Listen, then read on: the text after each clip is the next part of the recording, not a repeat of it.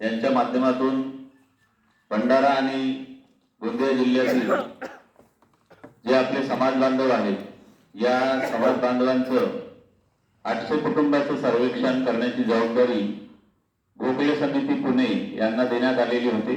त्यांचे प्रमुख बनसोडे साहेब होते आणि पहिल्यांदा तेव्हा ते या जिल्ह्यामध्ये आले तेव्हा त्यांच्या सोबत 4 प्रमुख सर्वेयर होते, त्याच्यामध्ये 2 लेडीज होत्या आणि 2 जेंट्स होते।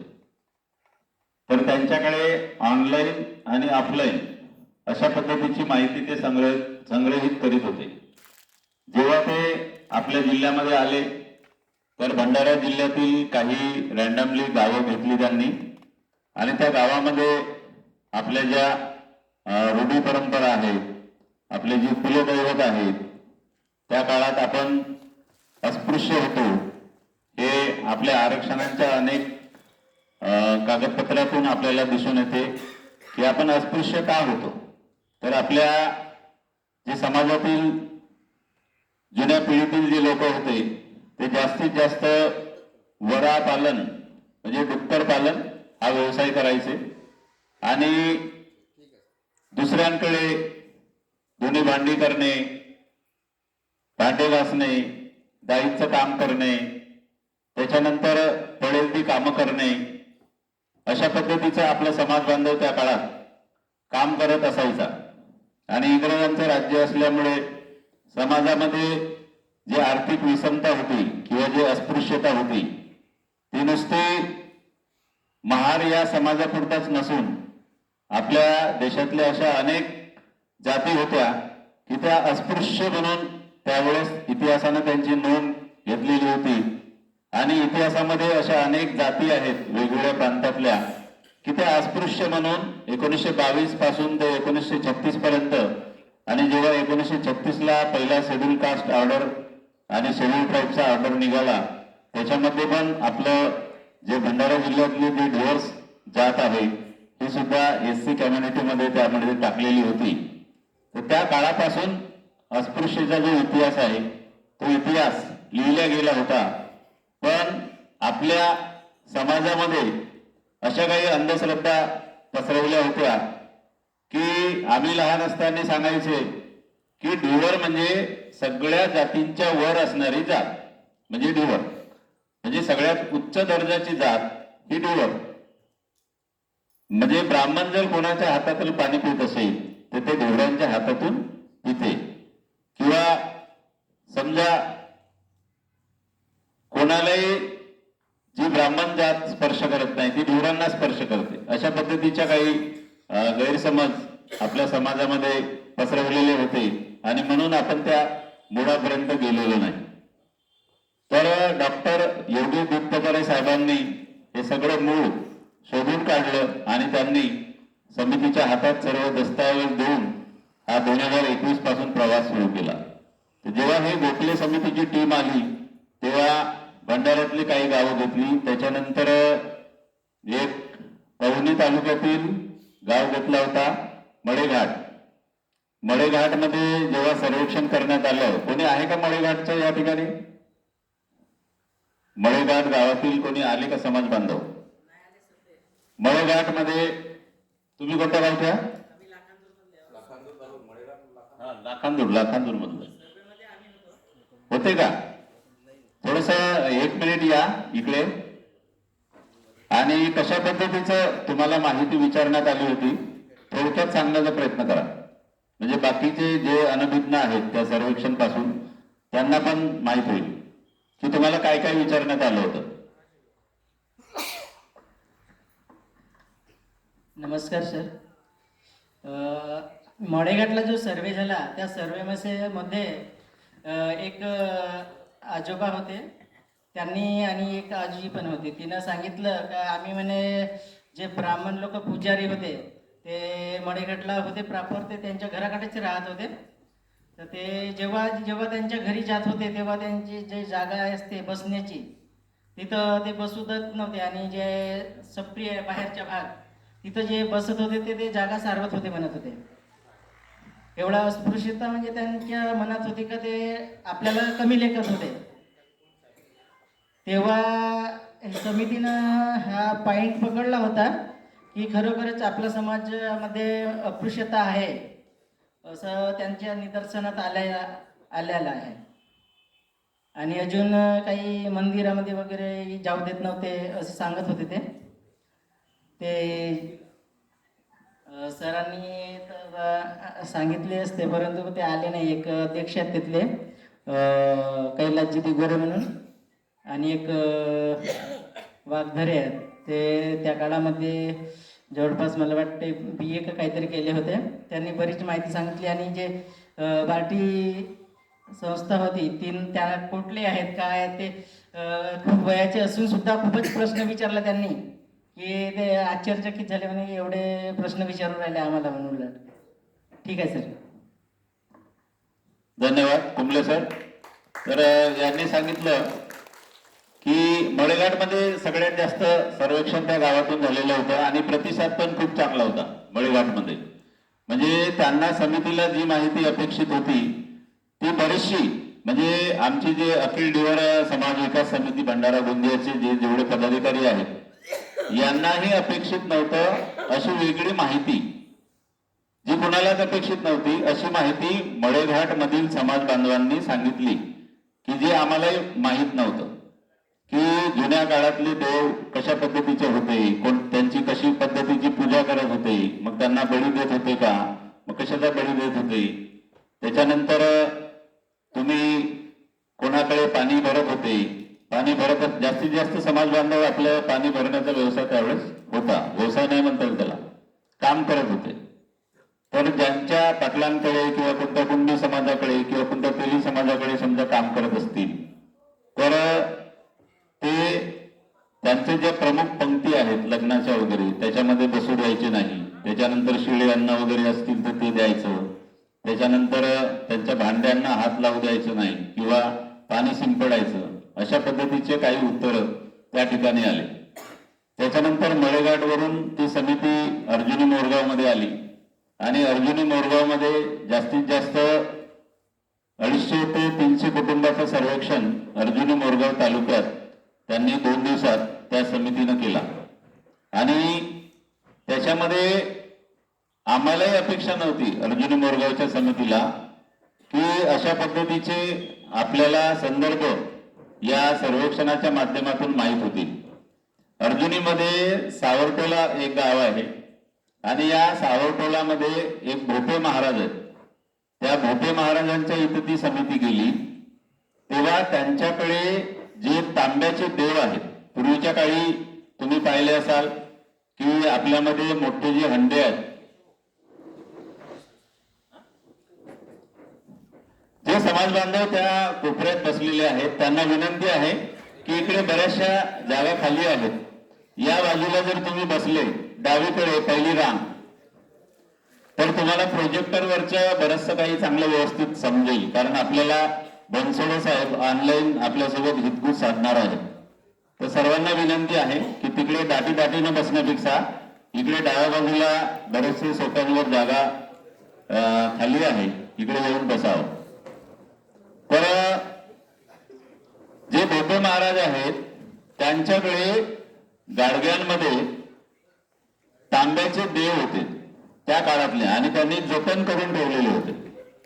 आमच्याही लहानपणी आमचं जेव्हा संयुक्त कुटुंब होतं गावी तेव्हा भरपूर असे तांब्याचे देव आम्ही लहानपणी पाहिले, पण नंतर त्यांचं विसर्जन करण्यात आलं.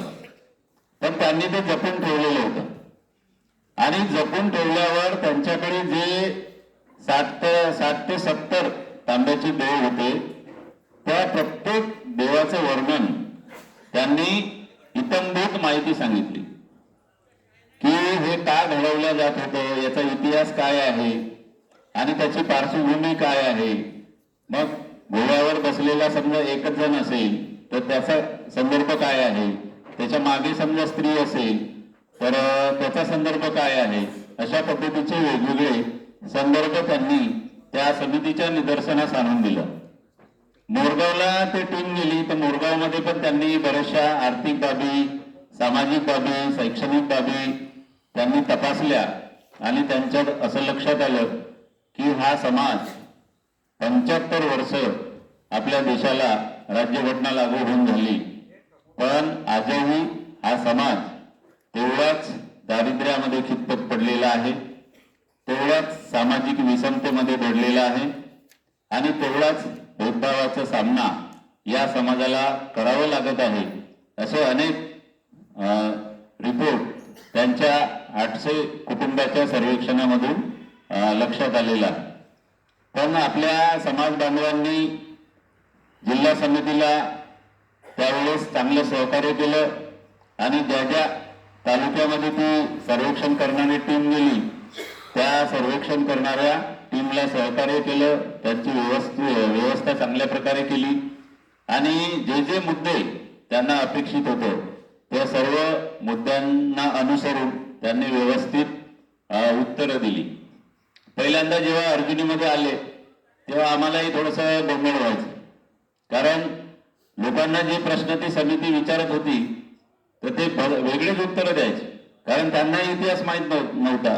जे तरुण वगैरे मंडळी आहेत त्यांना देव माहीत नव्हतं, जुन्या काळातल्या प्रथा माहीत नव्हत्या, त्याचे लग्नविधी कशा पद्धतीचे होत, त्याच्यानंतर तुमच्या स्मशानामध्ये माणूस मेल्यानंतर कोणकोणत्या क्रिया केल्या जातात त्याची पण माहिती नसल्यामुळे कसे उत्तर द्यायचे. तर ते लक्षात आल्याबरोबर मग आम्ही पहिल्यांदा ज्या गावात ती टीम जाणार होती त्या गावात सभा घेतल्या आणि सभा घेऊन त्यांना व्यवस्थित ती प्रश्नावली समजून सांगितली आणि कशा पद्धतीचे उत्तर अपेक्षित आहेत त्याच्यावर चर्चा घडवून आणली आणि त्याच्यानंतर मग त्या लोकांनी व्यवस्थित चांगल्या पद्धतीची अपेक्षित उत्तरं दिली. तर अशा पद्धतीचा हा सर्वेक्षणाचा प्रवास तिथं सुरू होता. मनोज सर. हा सर, एकदम लगेच आता जॉईन होणार आहेत. सरांनी 10 मिनिटाचा वेळ दिलेला आहे, कारण त्यांची पुन्हा एक वाजताची कॉन्फरन्स असल्यामुळे या कार्यक्रमाच्या निमित्तानं पुन्हा आजच्या या महासंवाद महाचर्चा कार्यक्रमाला ज्या ज्या समाज बांधवांनी भरभरून योगदान दिलं, समितीला अपेक्षा नव्हती की अशा पद्धतीचा प्रतिसाद आपल्या समाज बांधवांकडून मिळेल, कारण आमचे बहीण भाऊ कधी कधी तिखट प्रतिक्रिया व्हॉट्सअपवर देत असतात, कारण त्यांना त्रासही होतो. ते वारंवार सूचना देतात की हा गुड मॉर्निंग गुड इव्हनिंग साठी ग्रुप नाही आहे किंवा दुसरे कोणतेही असे मेसेज टाकण्याचा ग्रुप नाही आहे, पण त्यांची सूचना ते दुर्लक्षित करून आपले वेगवेगळे मेसेज टाकत असतात आणि म्हणून ते कधी कधी नाराज होतात. पण सगळ्या समाज बांधवांचं मी या ठिकाणी समितीच्या वतीनं खूप खूप धन्यवाद मानतो की त्यांनी फक्त समितीच्या हातीला ओढून भरभरून असा आर्थिक सहकार्य त्यांनी केलेलं आहे आणि दर महिन्याला ऑनलाईन न चुकता 500 रुपये देणारे आमचे मार्गदर्शक केळकर साहेब या ठिकाणी बसलेले आहेत. त्यांचे सुद्धा मी या कार्यक्रमाच्या निमित्तानं खूप खूप समितीच्या वतीनं आभार व्यक्त करतो आणि अशाच पद्धतीचा सहकार्य नेहमी समितीला राहील अशी मी आशा करतो.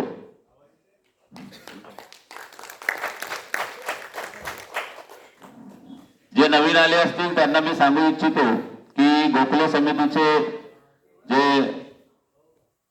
अध्यक्ष आहेत सन्माननीय बनसोडे साहेब, ते आपल्याला या प्रोजेक्टरच्या माध्यमातून ऑनलाईन संवाद साधणार आहेत.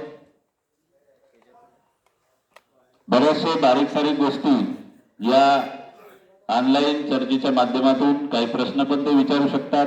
बरीचशी माहिती जी आपल्याला माहित नाही आहे ती माहिती पण ती या निमित्तानं देणार आहेत. तरी सर्वांनी त्या ऑनलाईन संवादाचा लाभ घ्यावा. जे कोणी इतरत्र बाहेर भटकत असतील त्यांना सुद्धा विनंती आहे की त्यांनी हॉलमध्ये येऊन बसावं.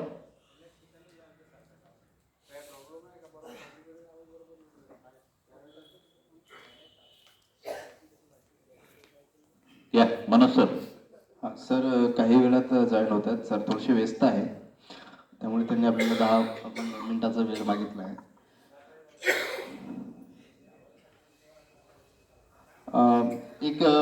मला वाटतं प्रत्येक जिल्ह्यात 2 जिल्ह्यातनं आणि 15ही तालुक्यातनं काही लोक आलेले असतील. एका कधी कुठल्या तालुक्यामध्ये जास्त असतील किंवा काही तालुक्यांमध्ये कमी असतील. तर त्यांच्या बाहेर नोंदणीचं रजिस्टर देखील आपण ठेवलेलं आहे आणि तालुकानिहाय रजिस्टर दिलेले आहेत, म्हणजे प्रत्येक तालुक्याला रजिस्टर दिलेले आहेत. काही रजिस्टर आम्हाला दिसून आले आणि काही रजिस्टर अजूनही आमच्या नजरेत आलेले नाही आणि त्याच्यामुळे नोंदणी जी आहे तालुकानिहाय समाज बांधवांची होऊ शकत नाही. मला वाटतं एक समाज बांधवांनी जर याच्यामध्ये एक स्वतःची जबाबदारी किंवा हे समजून जर ते रजिस्टर शोधले आणि कुठल्या तालुक्याचा रजिस्टर कुठे आहेत, कोणाकडे आहे, हे जर पारदर्शक एक माहिती जर ठेवली तर मला वाटते आपल्याला पुढचा जो डाटा आहे तो पुढचा डाटा एक संग्रहित आणि स्वतःच्या माहितीसह सर्वांच्या माहितीसह ठेवण्यासाठी आपल्याला सोयीचं होईल. काय होत आहे की आपण अजूनपर्यंत म्हणजे सामाजिक दृष्टीनं पहिल्यांदाच 75 वर्षामध्ये आपण आपलं हक्काचं, स्वतःच्या हक्काचं, म्हणजे जे कुणीतरी गहाळ केलं होतं, कुणीतरी ते संपवून टाकलं होतं आणि ते आम्हाला आमचा अधिकार जे देशाच्या स्वातंत्र्याआधी आम्हाला मिळालं आणि आमच्याच देशाचं स्वातंत्र्य झालं, या देशात आमचं स्वतःचं संविधान आलं आणि मग अशा वेळेस आमचा जे अधिकार होतो, जे आमचा हक्क आहे, ज्याच्यामध्ये आर्टिकल 341 मध्ये ते संरक्षित केलेलं आहे शेड्यूल कास्ट या संकल्पनेतनं आणि अनुसूचित जात म्हणून जी कम्युनिटी सिक्युअर करण्यात आली त्याला विशेष अधिकार देण्यात आलं. त्या विशेष अधिकारांपासून मात्र या कम्युनिटीला आणि आपल्यासारख्या इतर 14 कम्युनिटीला वंचित ठेवण्याचं काम जे आहे त्यावेळेस झालेलं आहे आणि मग ते आम्ही पुढे पण त्याच्यावरती आपण डिस्कशन करणार आहोत. मला वाटतं एक प्रत्येक तालुक्यातील समाज बांधवांनी एक आपला एक व्यक्ती त्या ठिकाणी निवडला पाहिजे की त्यांनी संपूर्ण तालुक्याचं एक कम्युनिकेशन, एक समन्वय त्यांनी करण्याची जी तयारी आहे ती तयारी त्या ठिकाणी दाखवली पाहिजे. खरं तर अनेक गोष्टी ज्या आहेत त्या आपल्याला वळवाव्या लागतील. मुळात या समाजामध्ये काम करणाऱ्या बऱ्याच संघटना आहेत. मच्छीमार संस्था मोठ्या प्रमाणामध्ये आहेत. मच्छीमार संस्थांमध्ये अख्खी गावं त्या ठिकाणी सामावलेली आहेत. परंतु अखिल धुळे समाज विकास समिती काही वेगळं काम करत नाही, ती त्याच कम्युनिटीसाठी काम करते आणि मग या कम्युनिटीचाच काही अशा अडचणी आहेत ज्या सोडवण्याचं काम अखिल धुळे समाज विकास समिती आणि मनापासून करेल आणि अंतःकरणापासून त्या ठिकाणी करेल आणि प्रामाणिकपणे करेल. साथ आहे फक्त समाज बांधवांनी ते समजून घेणं आणि त्याला एक वेगळा आयाम आणि एका चळवळीच्या डोळ्यातून आपण या समितीकडे पाहणं.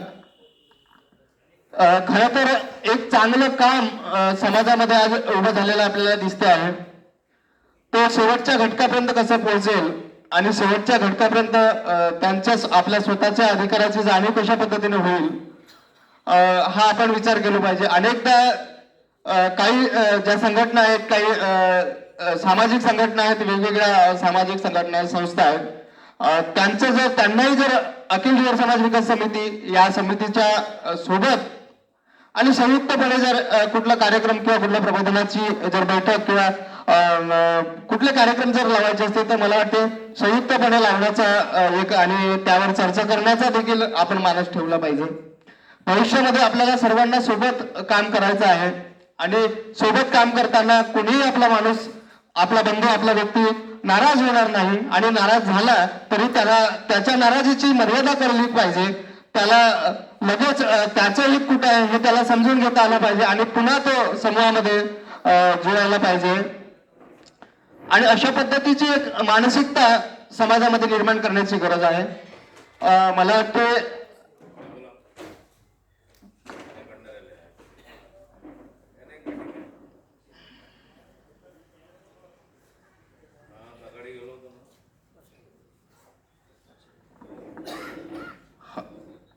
आमचे अखिल धुळे समाज विकास समिती यामध्ये एक नागपूर जिल्ह्यातनं एक प्रतिनिधी आपण घेतलेला होता की महाराष्ट्रामध्ये देखील ही मुवमेंट आपल्याला भविष्यामध्ये पुढे घेऊन जावी लागेल आणि म्हणून आमचे अरुणभाई भावणे जे पारशिवनीवरून आलेले नागपूर तालुक्यातनं मी भाऊंना विनंती करतो की त्यांनी देखील मंचावर स्थानापन्न व्हावं.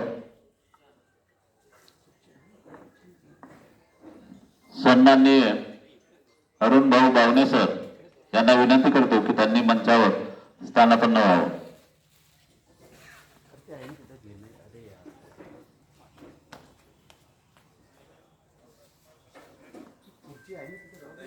सन्माननीय मानकर सर यांना विनंती करतो की त्यांनी अरुण भाऊ बावणे यांना बॅचेस लावावं. मानकर सर, बॅचेस बॅचेस.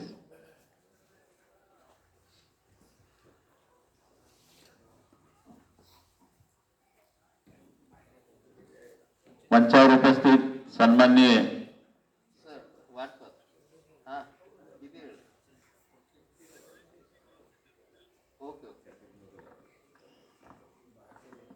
बाहेरच्या लोकांना विनंती आहे की त्यांनी कृपया हॉलमध्ये यावं, इतरत्र कुठेही भटकू नये, कारण हा समोर बरीच जागा आहे. बाहेर जे आपले समाज बांधव असतील त्यांनी आपापली जागा आताच बुक करा. एक महत्वाचं मानकर सर मार्गदर्शन या ठिकाणी होणार आहे. बावणे साहेबांचं स्वागत करतील अशी मी त्यांना विनंती. त्याच्यानंतर आपण आपला जो कार्यक्रम आहे तो पुढे घेऊन जाऊयात. कोणी बाहेर फिरू नये. आमच्या अर्जुनीची संपूर्ण टीम या ठिकाणी उपस्थित झालेली आहे. तर अर्जुनी मोरगावचे सन्माननीय अध्यक्ष राजूभाऊ वलतरे साहेब, त्याचप्रमाणे आमचे मार्गदर्शक सन्माननीय रघुनाथ भाऊ मेश्राम साहेब यांचं सुद्धा मी या ठिकाणी स्वागत करतो.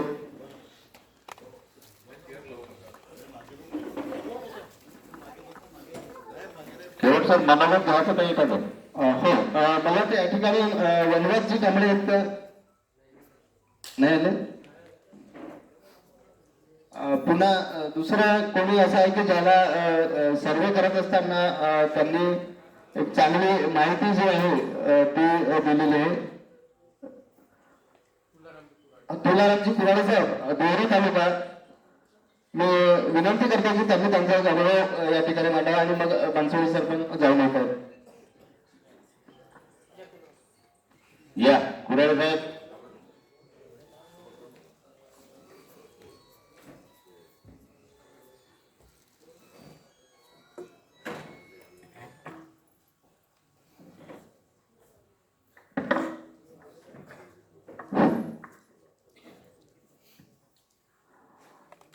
आज या ठिकाणी अखिल टिबर समाज विकास समिती भंडारा गोंदिया च्या माध्यमातून अनुसूचित जमाती या विषयावर आपल्या जिव्हाळ्याचा हा प्रश्न ही जिल्ह्याची समिती घेऊन जात आहे. आणि या समितीमध्ये एकापासून 21 लोक या ठिकाणी हजर झाले आणि ही माहिती शेवटच्या टोकातल्या त्या आपल्या खेड्यापाड्यातल्या समाज बांधवापर्यंत कशी जाईल या दृष्टिकोनातून या ठिकाणी हा कार्यक्रम आयोजित केलेला आहे. या कार्यक्रमाचे सर्व मान्यवर आणि समाज बंधूंनो, आताच कोल्हे सरांनी सांगितलं, केवट सरांनी सांगितलं की 2021 पासून तर आतापर्यंत झालेल्या जे कामं आहेत ते कशा पद्धतीने पार पडले आणि त्या कार्यकाळात बार्टीची जी टीम आली त्या टीमच्या संबंधामध्ये जे अनुभव आले आहेत की आपला समाज 1950 पर्यंत अनुसूचित जमातीमध्ये होता, म्हणजे SC जाती आरक्षण मध्ये होता, अनुसूचित जाती. हा अनुसूचित जातीमध्ये होता. आणि आपल्याला का वगळलं, कसं वगळलं, कोणी वगळला, कोणी काढून टाकलं याबाबत समिती आज कार्य करत आहे. तरी आताच मानकर सरांनी पण सांगितलं की कोणी काढलेला अजून शोध लागलेला नाही. तरी पण काही काय असो ना, केशव सरांनी सांगितलं की जमीन आपल्या आजोबाची होती, परजोबाची होती आणि आज आपल्याला माहिती पडलं की आमची जमीन होती. मग आमची जमीन होती तर मग आम्हाला आमच्या जमिनीसाठी लढणं अत्यंत गरजेचं आहे. आणि जे आता सर्वेच्या संबंधामध्ये मोरगाव अर्जुनीवरून जे टीम आली भंडारा आणि त्याच्यानंतर गोंदिया जिल्ह्यात मोरगाव अर्जुनीचा सर्वे झाल्यानंतर देवणी तालुक्यामध्ये ती टीम पोहोचली. त्यावेळी आम्हाला असा अनुभव आला की आपला समाज हा खरंच अस्पृश्यमध्येच होता. कारण आपल्या समाजाचा डुक्कर पालनाचा व्यवसाय होता. त्या डुक्कर पालनाचा व्यवसाय असल्यामुळे आपल्या समाजाला एकदम खालच्या लेवलचा आणि त्याला जवळ येऊ न देणे किंवा गावामध्ये त्याला नीच समजणे हा एक प्रकार होतात. आणि त्या बर्टीची टीम जेव्हा आली त्यांना आम्ही पालांदूर चिचगड त्याच्यानंतर परसोडी आमच्या सर्व टीमचे जे मंडळाच्या टीमचे जे लोक होते परसोडीला जाऊन आले आहे. त्या ठिकाणी आजही वरापालनचा धंदा सुरू आहे. त्याच्यानंतर नकटी आहे, पलांगाव आहे, भागी आहे. या ठिकाणी आजही वरापालनचा व्यवसाय सुरू आहे. आणि जो इतर लोकांचा पाहण्याचा दृष्टिकोन आहे तो वेगळ्या पद्धतीचा आहे. त्यांना कुठंतरी नीच किंवा त्यांना पाहण्याचा, त्यांना समाजात वावरण्याचा जो प्रकार आहे तो अतिशय खराब आहे. दुसरी गोष्ट, हा समाज भांडीटोंडी करत होता हे सत्य आहे. कारण आम्ही सुद्धा पाहिलेलं आहे की आमचे जे पूर्वज होते ते पाणी कोणाच्याही घरी म्हणजे जे पाणी भरण्याचं काम होतं किंवा धुंडी ते भांडी करण्याचे काम होते ते सुद्धा करत होते. आणि त्याच्यामुळे त्यांना एकदम शेवटच्या टोकातला माणूस अशाच प्रकारची पाहण्याची जी वृत्ती होती ते आपल्याला अनुभवली. त्याप्रमाणे जे देव होते ते देव कोणते पूजत होते या एक मिनिट सर जॉईन झालेले आहेत. आवाज येते सर?